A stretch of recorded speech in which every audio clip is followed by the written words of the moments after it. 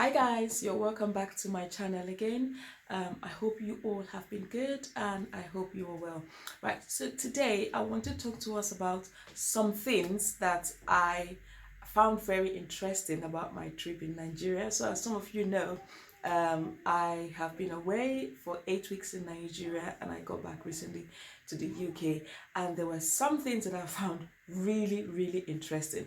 Well, one could as well say slightly annoying, and that I would like to share with you, and maybe with all the Nigerians out there, maybe when they watch this video they will realize how and what they do and how they could do things better. All right, I'm going to be sharing those with you, and I'll be right back. But before I come back, please, if you haven't liked, subscribed and shared my video, please can you do so? Just click the subscribe button and subscribe, and like and share with your friends and families. I'll see you shortly.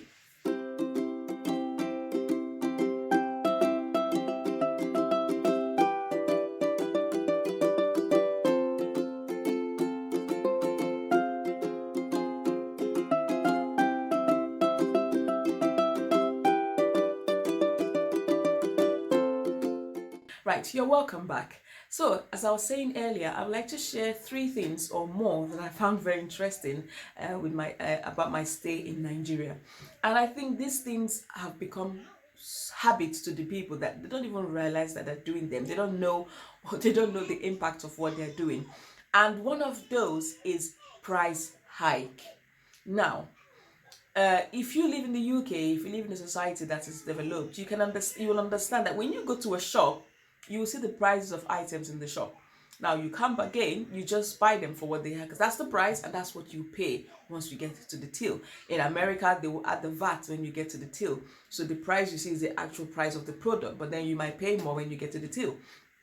But in Nigeria, something that I found very interesting. There are some shops that you will go to. They will now fix their own price based on what they think or who they think you are. So they will look at you from head to toe, and then they will decide, well, if this is supposed to be 5,000 naira, they will tell you it's 10,000 naira.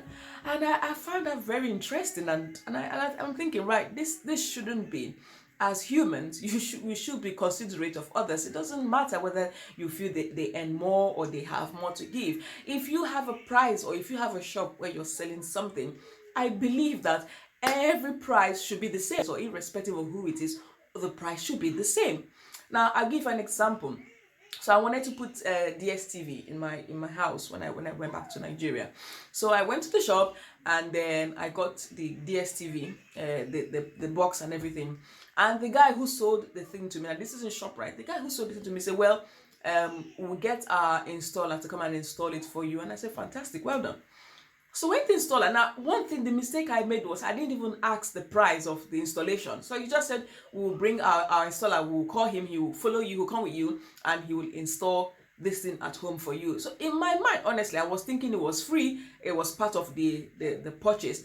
But another bit of myth, where in the UK, even when you buy Skybox, they do come out, they do get their engineers to come and fix it. And sometimes you pay for those services separately to the package of TV you've taken. So I thought, well, anyway, even if he comes to fix it, I'm sure it won't be too much. So the guy came with me. We didn't bargain any price or anything. He came and then he finished fixing.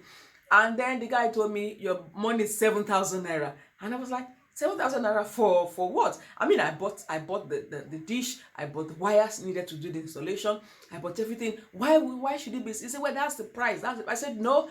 Even if I'm not, I didn't say this to him, but in my head, I'm thinking, even if I don't live in Nigeria, 7,000 naira just to fix DSTV sounds a bit outrageous to me. You know, I felt it didn't sound right to me. So I quickly called my mom and I said, Mom, I just want to find out how much do they usually charge to fix DSTV at home. My mom said, it's usually between 3,000 or 2,008 thereabout, or 3,005 thereabout. I said, but the guy here is telling me my money is 7,000 naira. And my mom laughed. She was like, oh, probably because it's come to your house, it's seen the environment, it's seen everything. That's what Nigerians do. So they will come and then they will give you a price based on what they think you can pay or based on what they think you have. But that is wrong. That is absolutely wrong. If you fix DSTV for 3,005, that should be your price. Your standard price is 3,005. I cannot imagine a Sky TV engineer coming to fix Sky TV, and then he comes into your house and then he says, "Oh, you live in a private estate, so therefore your price is now £500." No, Sky installer, they all have a fixed price.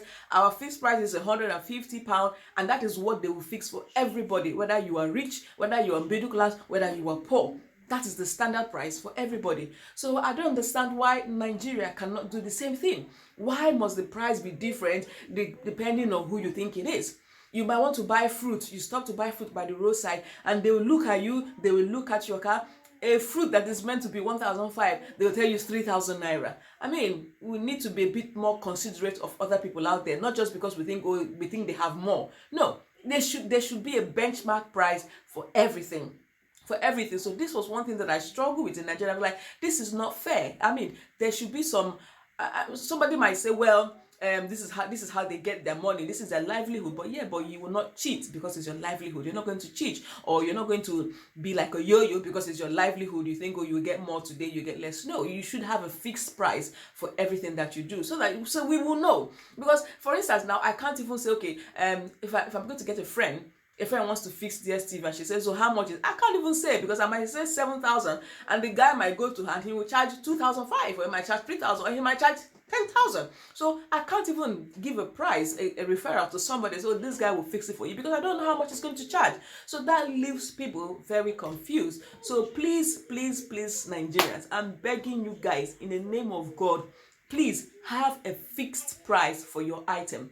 Have a fixed price. I know some of the shops do better, like ShopRite, Spar, they have fixed prices for their thing. But outside of that, the roadside person, the installer, the tiler, whatever, they come and then they hike their price depending on what they think you can afford. Guys, let's be considerate of others. Now, another thing that I found very irritating with Nigerians, which over the course of our Nigerian years has never changed, is African time. Hey, I mean, this is the 21st century. Why are we still doing African time? If you give somebody an appointment for 2 o'clock, I expect you to be there for 2 o'clock. Or even if you come 5 or 10 minutes late, have the decency to text and say, oh, I'm running late, I'll be there with you. The reverse was the case in Nigeria. You will find a Nigerian tell you, I'm on my way. They haven't even left their house, so they are still in their bedroom, still in bed, and they're telling you, I'm on my way. It was one thing that I found so shocking. I'm like, please, guys, please, if you're not coming, just say, I am not coming yet. I'll be there, but I'll be late. It was like we had a visitor, and the time the person was supposed to come to us was for 7 o'clock. And then around 7, we didn't see anybody. And then we called, and the guy said, it's only 7 now. I'm still coming. It's only 7. You're still coming. You're meant to be there. The appointment is for 7 o'clock. You're meant to be there for 7 o'clock. And you are saying it's still 7. You're still coming. When will you come? When it is midnight? Is that the right time? So this thing I found so frustrating. I'm like, please, Nigerians, keep to time. I don't understand this. I was thinking by now we would have gotten over this African time thing. But unfortunately, it is still trenched within the society. So much so that somebody is right in front of you and they are telling somebody, I'll be there with you in the next 2 minutes. Now, this person might be going to Independence Layout, which might be 20-30 minutes or even more, depending on the traffic. But then they'll tell you, I'll be with you in the next 2 minutes. But you are still in front of ShopRite, and you haven't even started making your way to Independence Layout. So I mean, these things I don't, and same, it's not just for casual meetings, it is the same as well for important appointment. Is still the same. Somebody will give you an appointment for 1 o'clock, and you get there and the person is not on seat. The person hasn't even come to work yet. Nigerians, please, let us be kind to our fellow human beings. Let us be kind. Time, they say time is money. Time is money. You cannot afford to be playing with time when you can do something else important and earn money out of that time. Or better still, you can do something else that can fetch you important deals or important connections within that time. So you can imagine having an appointment with somebody for 2 o'clock, and then you come there at 2, and then the person walks in majestically. When I mean majestically, the person is not even rushing to say, oh, I'm sorry, I'm late. The person walks in majestically at 4 o'clock. And I'm like, really? Is this actually happening? I mean, is this? And when they sit, they won't even say, oh, I'm sorry, I came late. No. Yes. And you're like, I've been waiting for you for the past 2 hours. And to them, it's like nothing. To them, it's like you're the one who decided to waste your time to come at 2 o'clock. So I was like, what is this? I remember once there was a friend invited us for a birthday party, and then it was on a Sunday, and then I went to church with my kids and my family. We came back from church. The party was meant to be for 2 o'clock. Now, having been in Nigeria for a bit and began to understand the African time, I said to my kids, well, we're not going to go at 2. Let's leave at 2:30. So let's give them a bit of time to organize themselves, and people should come. So 2:30 we'll go, because I know if I go at 2 o'clock, there'll be no one there. So my oldest daughter, my big daughter, who's with me, she was like, "Ha, auntie, 2 o'clock, even 2:30 is too early. Let's go there for 4 o'clock." And I'm like, 4 o'clock? I mean, the party is for 2. You can't be turning up there. She said, "Auntie, trust me. Let's go at 4 o'clock. That time we'll be fine." I said no. So at 2:30, I gathered everybody, gathered the kids and everything. We got into the car. And like, by the time we got there was like 2:45, thereabout.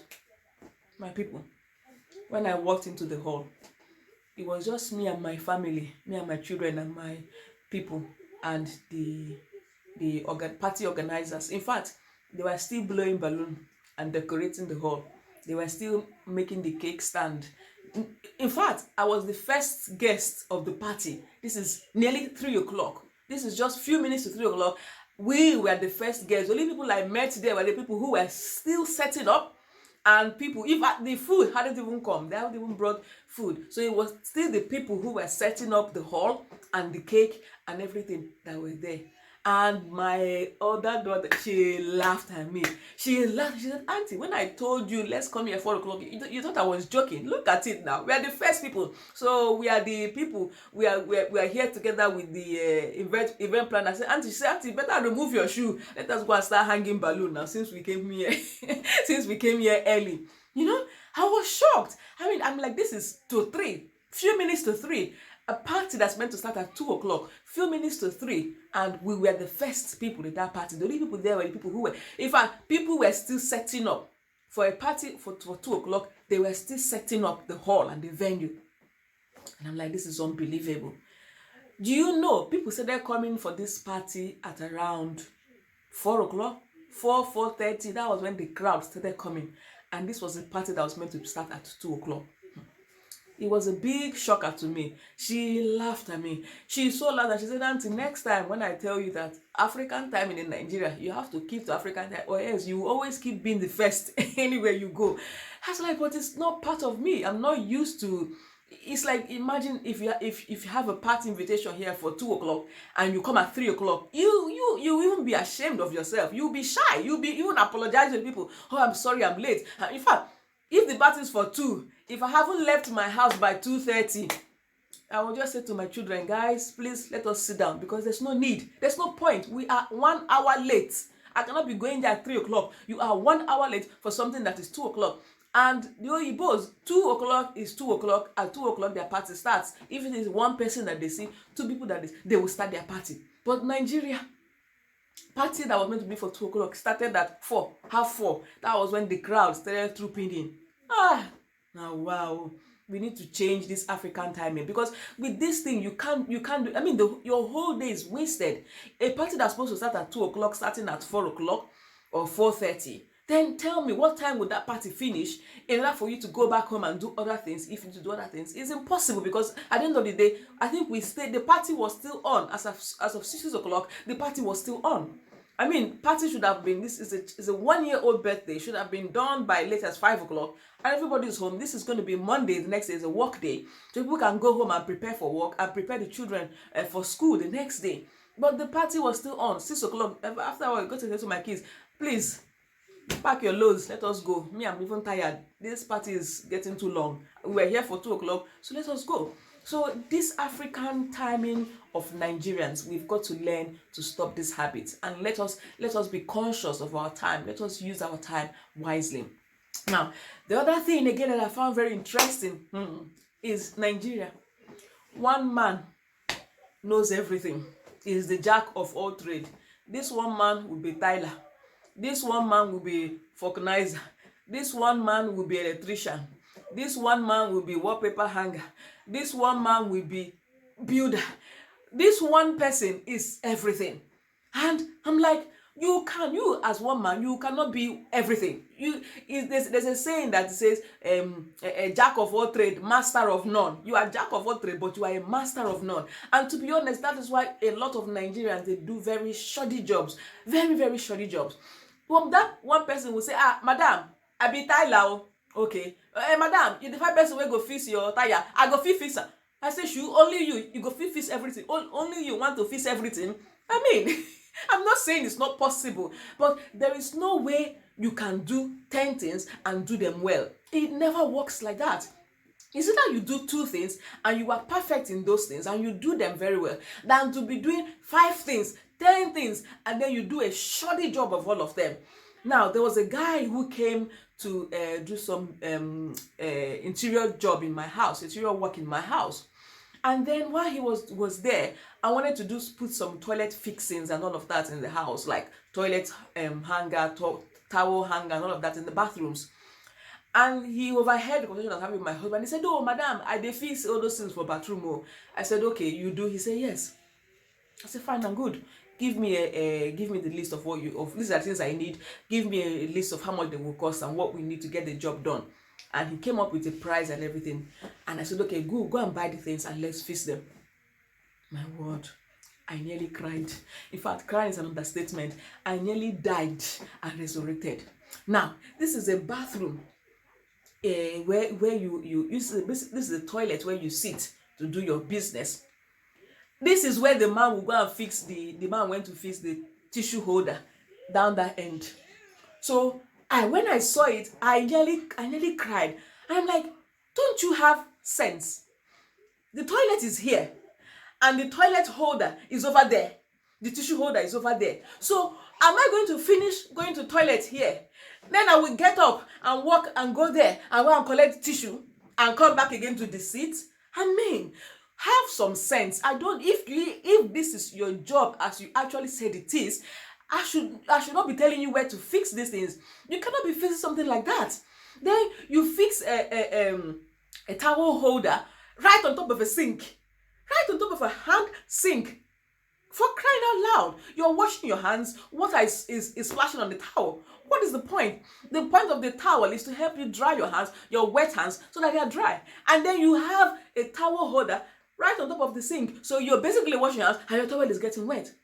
Not only that, the shower curtain I asked him to fix, my people. In fact, I don't even know how to start describing this thing, because he was like, my husband laughed at me. He was like, I told you.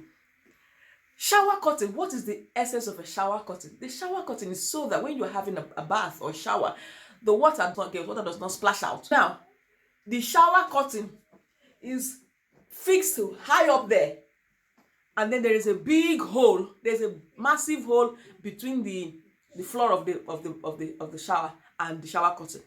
So in essence, what is the point? Because if you're still having your bath, the water is still coming out of the shower place, because the place is open. And I'm like, what? Don't you understand what the shower curtain is for? It's to prevent water from splashing on the floor. What you have fixed now, you've actually given the water free way to continue to splash on the floor. For crying out loud. If this is your job as you actually said it is, then you should be able to know what to do and how to do it. So out of anger, I said to you, know what, please just pick everything, take everything out. I don't care whether you've made holes on the wall, take everything out and please, you know what, don't do any more for me. I think I've had enough of your job. And it's silly things but that's because it is this one person who is an interior decorator. It is this one person who is doing home fixing. It is this one person who says he can fix wallpaper. It is this same one person who says he can fix style. And I'm like, yeah, Nigerians, help yourself. I know that there is poverty, and I know that people are trying to look for additional streams of income. But at that rate, next time if I'm to look for someone to do that job for me, I wouldn't call that guy, because I will know you will do a shoddy job for me. Is it not better you take one thing or two things, do a very good job, learn them, and do a very perfect job whenever you go to do those things, so then people will know, yes, this guy is actually good in tiling, this guy is the perfect person you need for this, is the perfect person, rather than carrying everything on your head and doing none perfectly well. So these are things that I found very, very, and then Nigerians don't like correction. The guy who was fixing this, and I said, Oga, please can you stop this thing, because at the end of the day, you're not doing a good job. Instead of the guy to turn around and say, Madam, okay, I'm very sorry, how do you want me to fix it? He even got angry and started arguing with my husband. He got angry and nearly got into a fight with my husband. Well, because they told you you're not doing the job well, you're not doing it as you're meant to be doing, he got angry. So Nigerians, they don't like correction. When you correct them that this thing that you're doing is wrong, instead of them to retrace back and say, oh, I'm sorry, how do you want me to do it so that so I can do it well for you? Instead, they will want to fight you. They will want to fight you. So please, I'm begging us Nigerians, if you know that you can, this is what you want to do that, stay there. Be perfect on it, be good at it, and tomorrow anybody will say, if they want to fix tiling, say, yeah, that guy is the number one tiler, because he will do, that's the job he does, he will do it very well. Rather than when they call you to come and fix DSTV, you will come, only you will fix DSTV, only you will fix wallpaper. Please, Nigerians, please, let us have mercy on the people that are actually paying for these services, because to be honest, it's not fair. At the end of the day, I had to go and start looking for somebody else and buying all those things again. Another thing the guy did was, I gave him money to buy what I want, but rather the guy went to the market and bought substandard things. It just because he wanted to get some change out of that. But I gave you a clear idea, or this is what I want you to buy, this is what I want you to fix, please buy this. And then you end up going to buy something else, something of less value to that, just because you want to make some change. So this is not fair. You also consider the person who is also paying you for those services, because then the person will end up spending times two of the original price of that in order to fix it right. And if you're not even careful, the second person who might even come to fix it might not even do a good job. So for one service, you will end up using 3 or 4 people, and they will end up doing shoddy jobs just because they don't want to settle and do one thing. They are jack of all trade, master of none. And to be honest, this is not helping our society. It is not helping us, because at the end of the day, I might end up going to find somebody from outside Nigeria who to do the job for me. And at the end of the day, I am not creating job for Nigerians. I am not helping our economy, because then you end up giving, like I see people who tell me, oh, I buy all my things from UK or from America, and then I guess someone to come and fix it for me. I mean, it's not fair. We should, as Nigerians, as big as we are, we should be able to buy our things from Nigeria, buy quality things from Nigeria, and fix them in a way that is perfect as well. We're using our local resources to do that. But at this rate, it's so difficult, because you can't even trust anybody. You can't trust them. You can't trust them, because they will come and then they will do all sorts of nonsense. What I mean, nonsense. In fact, literally, you have to be sat down there and watching them like a hawk, because the moment you turn your gaze to something else, they will give you something else. They will give you something else. I remember the guy who came to fix wallpapers. I had things to do, but I had to sit down there, because my sister told me, if you don't sit down there, you see the wallpaper, they will fix one here, the edge will be the other side. So you better sit down there and make sure that they are fixing it accordingly to the pattern, according to the pattern on the wallpaper. It was like the person who fixed that one tile like that somewhere. Now this tile has a pattern which you're supposed to follow, my dear. One pattern is here, the other pattern is there, the other pattern is upside down. And I'm like, in fact, when I saw the tiles, I just became weak. It was like when they just broke, when you went on a marathon race and you can't even stand. I just became weak and I'm like, what is this? For crying out loud, what is it? I mean, sometimes when you look back at these things, they make you laugh, but to be honest, it's not funny.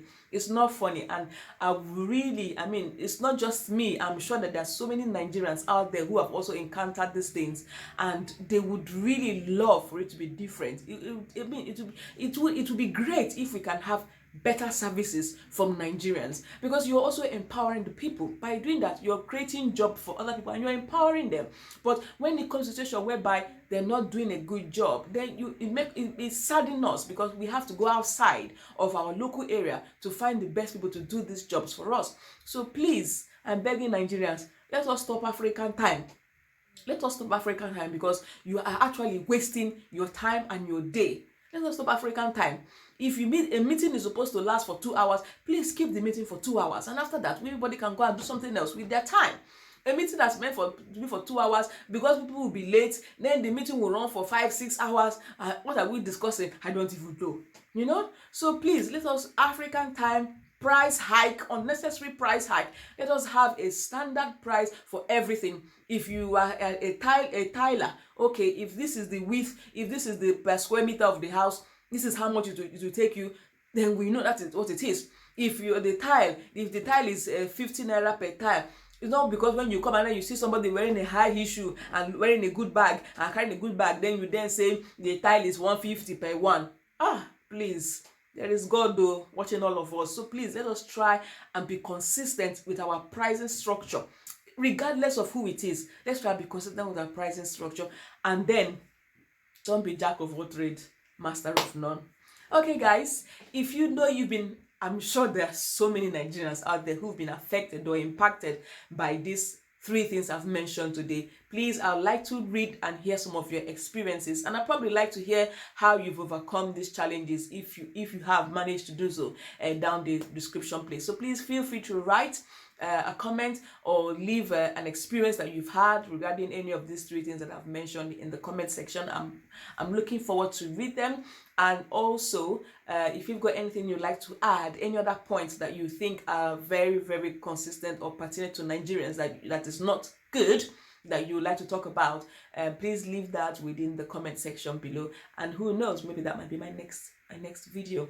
So thank you so much for watching me. Please continue to like, subscribe, and share my videos, and have a fabulous week, and I'll see you next time. Bye bye.